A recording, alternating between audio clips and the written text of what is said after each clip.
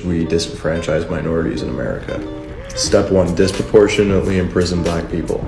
Step 2, relocate black prisoners into prisons in rural white districts. Step 3, legally change their residency to the district that they're imprisoned in. Step 4, count them in the population census for that district. Step 5, now when we decide how many representatives each district gets, the white communities get more because they have more people in them, even though the black population there can't vote because they're prisoners.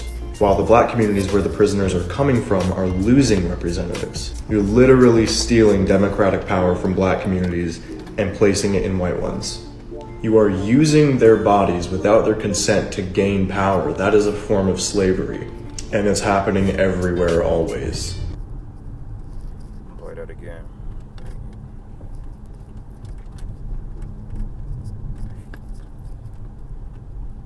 Things they don't teach you in school. Gut-wrenching way in which we disenfranchise minorities in America. Step 1, disproportionately imprison black people. Step 2, relocate black prisoners into prisons in rural white districts. Step 3, legally change their residency to the district that they're imprisoned in. Step 4, count them in the population census for that district. Step 5, now when we decide how many representatives each district gets, the white communities get more because they have more people in them, even though the black population there can't vote because they're prisoners. While the black communities where the prisoners are coming from are losing representatives. You're literally stealing democratic power from black communities and placing it in white ones. You are using their bodies without their consent to gain power. That is a form of slavery, and it's happening everywhere, always. Yeah. I want to say Shalom. I want to give all praises and glory, honor that's due to Yahweh, Yahweh Shai, Bashir, Makakwadash. Double honors to the elders, the apostles of the great millstone. Blessings and salutations to the hopeful elect. Noise in the gospel abroad, lifting up the standard of Yahweh, Bashir, Yahweh Shai, wherever it may be. It's the Aki of Mahaloya coming back with another quick lesson. Lord's will it be edifying. Man, that's some real shit. All right, because they don't teach you those particular skills in school. In fact, they teach you the polar opposite. You know, they teach you how to be slaves, because it was a documentary that was called The School to Prison Pipeline, when they broke down the whole consensus of being in public schools versus private schools, which private schools prep you to go to prep schools or, you know, pristine colleges to pretty much run the world. Now, with public schools, you know, you're taught a certain curriculum. You're taught, basically, you're taught the hand-me-downs, because, you know, they teach you about slavery, but very little, okay? It's very sporadic and far in between that they're going to give people the right information regarding the captivities that we've faced as people of the Most High. All right, so with that being said, that displays the hatred that Esau Edom, aka the so-called white man, that he really have in store for you tribes, man, because you tribes, they don't care about our people. You know, and the dude broke it down. He said that they lock you up and then they make you residents of the particular province which you've been locked up. Like, prime example, right? Like, if you get locked up in prison, then they take away your right to vote, which voting shouldn't be a right anyway, you know? I mean, well, I guess technically you can say it's a right, but it shouldn't be a privilege to vote. But either way it go, you know, voting doesn't really mean anything, because obviously throughout all the elections or selections we've had over the years, it ain't do a damn thing to help out Jake. So that whole voting shit is folly anyway. But still, they play on the psyche of the people and make it seem like they're losing, you know, once you become a convicted felon. Same thing, if you got a felony, you can't own a gun. All right, and allegedly, according to Esau Edom, that's supposed to be a privilege, but there in the Second Amendment, it tells you have a right to bear arms. But see, they come up with these certain laws, etc., because they don't want Jake to get ahead in society. Okay, they don't want Jake to get ahead.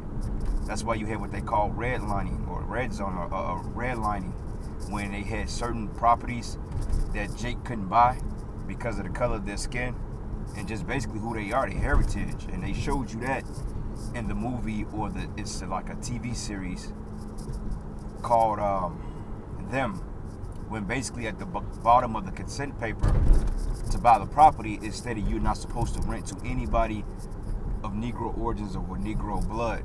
And the woman clearly read that, and when she saw it, she said, so why the fuck did you let us move out here then? She said, well, don't worry about that. That can go away with a little bit red ink. you know. But nonetheless, man, I think it was like a 10-day, 10 days, supposed to took place over 10 days. And by the end of that fucking second week, man, or the week and a half into that, man, they drove Jake crazy, man. You know, and that's set up like that systematically. And he even said it, the banker dude, the real estate broker, whatever he was, like the CEO, he said it. He said, look, man, it's a perfectly devised fable or a plan, because if they default on any loans, we win. Because we take their shit back, their property, and sell it back to people and get more money off of it. Also, he said that if they do pay their bills, they still win. So either way it go, Jake is getting duped. You know, and Salakia, man, I hope y'all heard me, because my headphone thing fell out. It was in the car, but nonetheless, man, this devil, he gotta go, all right? And it's the Lord showing us the difference between us and them, because Jake, it's no hope, man. All right, the Lord is giving us every way and showing us every depiction on why we should call on his name to get delivered out of hell.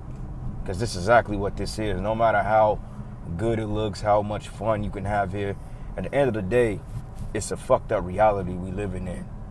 And you should want out of it, you know. All right, so this is the book of Hebrews 13. And I'm going to start at verses 14. It says, for here we have no continuing city, but we seek one to come. Right, because in every province, every state, every part of the world, we ain't nothing but slaves. We the first fired, last hired. We get the most shittiest jobs. We get the fucked up schedules. Okay, we get put in the most deplorable neighborhoods. You know, you put 2 or 3 Jakes in one neighborhood, and before you know it, it becomes infested. Then, you know, the other nations, the foreigners, they move out. And then you got more niggas that come over there and just totally bring the value of the property down. Okay, and it becomes a whole mess. You know, it's just to the point that you even want to boycott where Jake lives at, because nobody wants to live around our people. You can't blame them. But at the same time, while Esau is trying to point the finger, you're the one that created these scenarios for our people, you know? You've created those. So at the end of the day, it's just like, yeah, you could be a hypocrite all you want, but you created the fucking the messed up playbook that our people is playing by, ultimately because we're under curses. So that's the only thing you really can say, you know. Anyway, it says, but we seek one to come, right? The kingdom of heaven.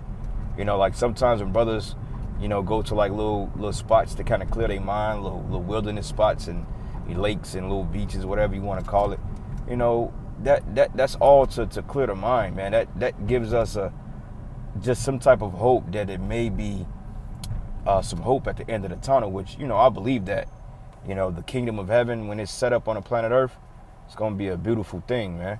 You know, we're going to have paradise at our hands. We're going to have these things at our fingertips. We're going to know what it's like to live. We're going to understand the earth. We're going to understand the elements. We're going to understand the way that the seasons really work. You know, we're going to do all these things through the Spirit. And, you know, I can't wait. You know, it's overdue. It's past due. You know, and hey, if you're not wanting that, then, because you're not really in the right spirit. You're not in the spirit of Yahweh Shem Yahushua, man.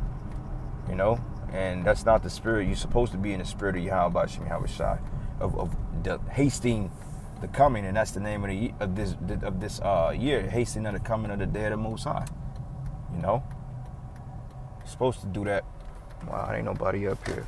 Call all Yahweh Shem Yahushua. So let me finish this lesson up real quick. And like I said, Salakia again, if you didn't hear me earlier, I had my other headphone out. But anyway, let's go from here to the book of Psalms 94 and 20. It says, shall the throne of iniquity have fellowship with thee, which frame in mischief by law? All right, so going back into this video, and I'm going to play it again, just in case, you know, you missed the gist of it, but pay attention to it.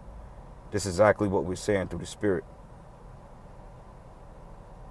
Things they don't teach you in school. The wrenching way in which we disenfranchise minorities in America. Step 1, disproportionately. You already said disenfranchise, man, meaning they're taking away opportunities. You notice, like when Jake set up a business, then all of a sudden it goes under. Like my father, he had a restaurant, a barbershop, had a couple of, you know, some buildings and stuff like that, and he held on to it.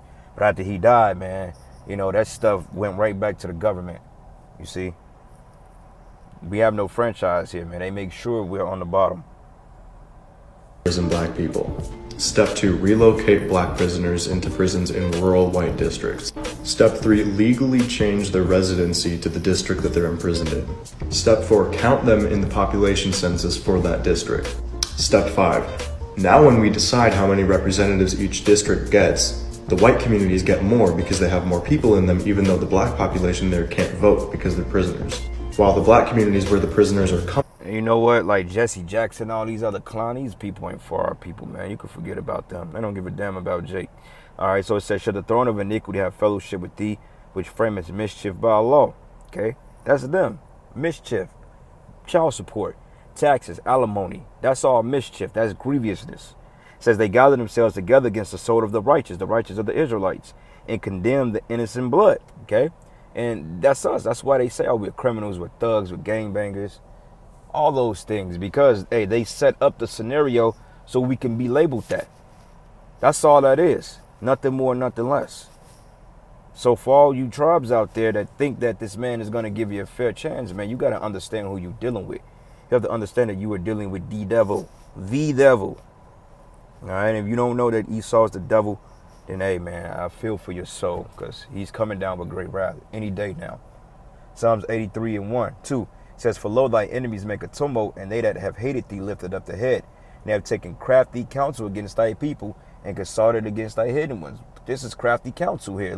Listen to it. From are losing representatives. You're literally stealing democratic power from black communities and placing it in white ones. You are using their bodies without their consent to gain power. That is a form of slavery. And it's happening everywhere, always. Ain't no fucking form. That is slavery, man. That is slavery. Ain't no form. That's captivity.